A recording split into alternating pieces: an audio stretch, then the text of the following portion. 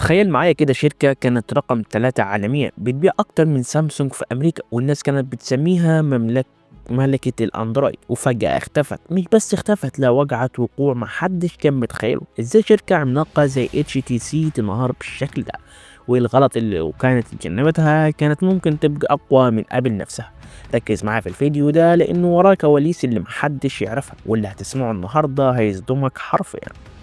خليك معايا يا معلم، ومتنساش اللايك واشتراك علشان ندخل في الحدوته على طول. بص بقى يا صاحبي، قبل ما نقول ليه اتش تي سي فشلت، خلينا نفتكر ان الشركه دي كانت حاجه عظيمه فعلا. دي كانت تالت اكبر مصنع موبايلات في العالم، وتاني اكبر مصنع في امريكا بعد ابل. بل كانت متفوقة على سامسونج في سنة من السنين. تخيل بس الصدمة بقى ان سبب فشل HTC هو HTC نفسها. ليه الشركة وقعت؟ الشركة كانت ماشية صح، تصميمات جامدة وجودة عالية، فيتشرز سبقت بيها كل الشركات.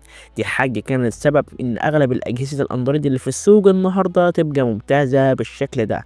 كانت اول شركة HTC تعمل موبايلات اندرويد اصلا، تعمل موبايل بكاميرتين تدعم الفور جيجا لناس كتير.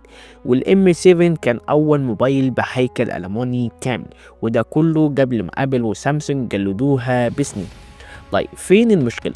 أنا بكل الإبداع ده بدأت الشركة تنهار واحدة واحدة. الحصة السوقية نزلت من 24% ل9% بس، والأرباح اللي كانت 6 مليار بقت خسارة 4 مليار دولار. الشركة اضطرت تبيع جزء كبير من أصولها لجوجل، وبرضه مفيش فايدة. السبب الحقيقي للفشل، الناس كانت فاكرة ان ابل وسامسونج هم اللي كسروا HTC، بس الحقيقة مختلفة تماما. السبب الحقيقي كان الشركة ما بقتش تواكب التطور. المنافس كان بيطور بسرعة وهي واقفة مكانها. وتاني حاجة، قرارات غبية جدا استحواذت بالملايين قضيت من ابل خسائر متتالية.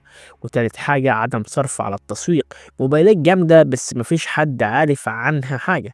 ورابع حاجة، شركات تانية سبقتها بخطوات زي سامسونج اللي فضلت تكبر في الخفاء لحد ما بقت عملاقة لغاية النهاردة.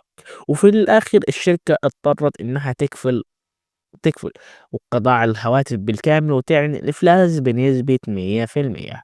شركة كانت ممكن تبقى منافس لأبل وسامسونج لكن اختفت. لو وصلت لحد هنا معايا يبقى انت جامد. متنساش تقول لي في الكومنتات مستني قصة سوني، واستناني في الفيديو الجاي اللي جاي هنتكلم عن ليه سوني وقعت. معكم معتز ياسر من موبايل برو بلس، وبس كده، سلام.